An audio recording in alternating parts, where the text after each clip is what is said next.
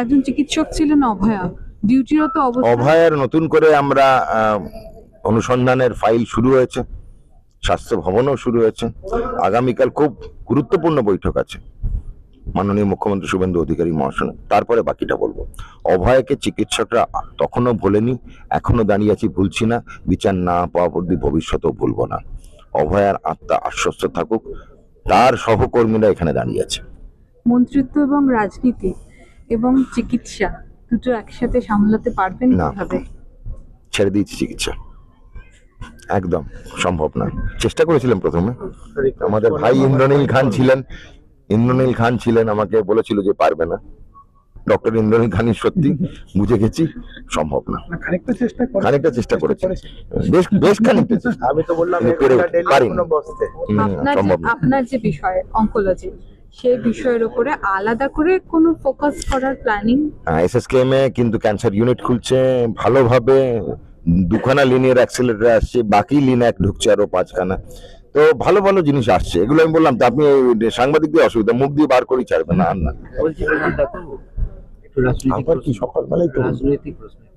দীপরাজ গ্রেপ্তার হয়েছে, নাম পাল্টে গেছে, রাবণ রাজ নাম হয়েছে। আর দেবতাদের রাজা নন, রাবণের রাজ। 13,000 উনি নেতা নন, উনি অভিনেতা। বললাম তো, নেতা আর অভিনেতার মধ্যে তফাৎ আছে। যেখানে ছোবেন গন্ধ বেরোবে, কিসের বলছি না।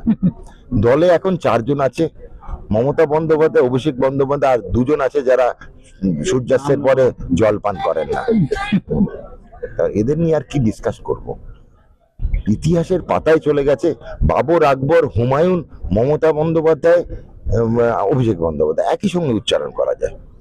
তো যারা ইতিহাসের পাতায় চলে গেছে তাদেরকে আমরা চিন্তিত নই। তৃণমূল চোর নয়, সেটা কিন্তু শিরোনাম হতে পারে। স্বাস্থ্য সংক্রান্ত বিষয়ে যে সমস্ত বাজেটে এবারে বিষয়গুলোর কথা 800 কোটি টাকার বেশি বাজেট হয়েছে গতবারের বাজেট থেকে স্বাস্থ্য সম্পর্কে। প্রচুর নতুন জিনিস এসেছে। আশা করবি যারা এতদিন আশা হত ছিলেন, তারা আশার আলো দেখেছেন।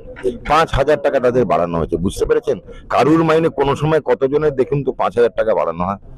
আজকে নতুন উদ্যমে তারা কাজে নেমেছে।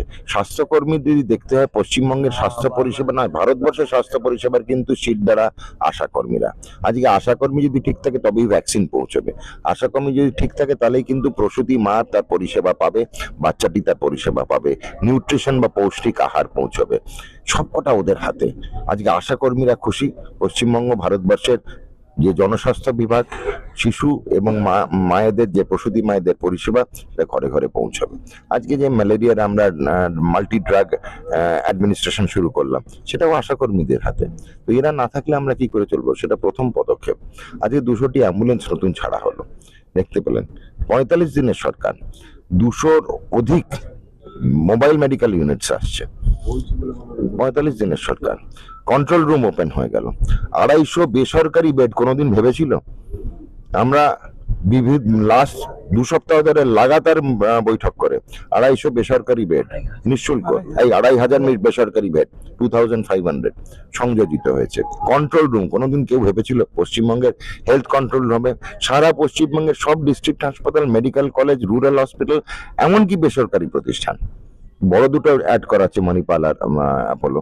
ধীরে ধীরে বাকিগুলো করা হবে। কন্ট্রোল রুম এক দেওয়ালে দেখতে পাচ্ছেন, লাইভ দেখতে পাচ্ছেন, উইথ আমাদের মেডিকেল অফিসার বসে থাকছে। কোথাও কোনো প্রবলেম হলে immediate intervention. Toll free number তৈরি করা হচ্ছে। সুন্দরবনের জন্য ফ্লোটিং মেডিকেল ইউনিটস, এফএমইউস তৈরি হচ্ছে। স্পিড বোট অ্যাম্বুলেন্সেস তৈরি হচ্ছে।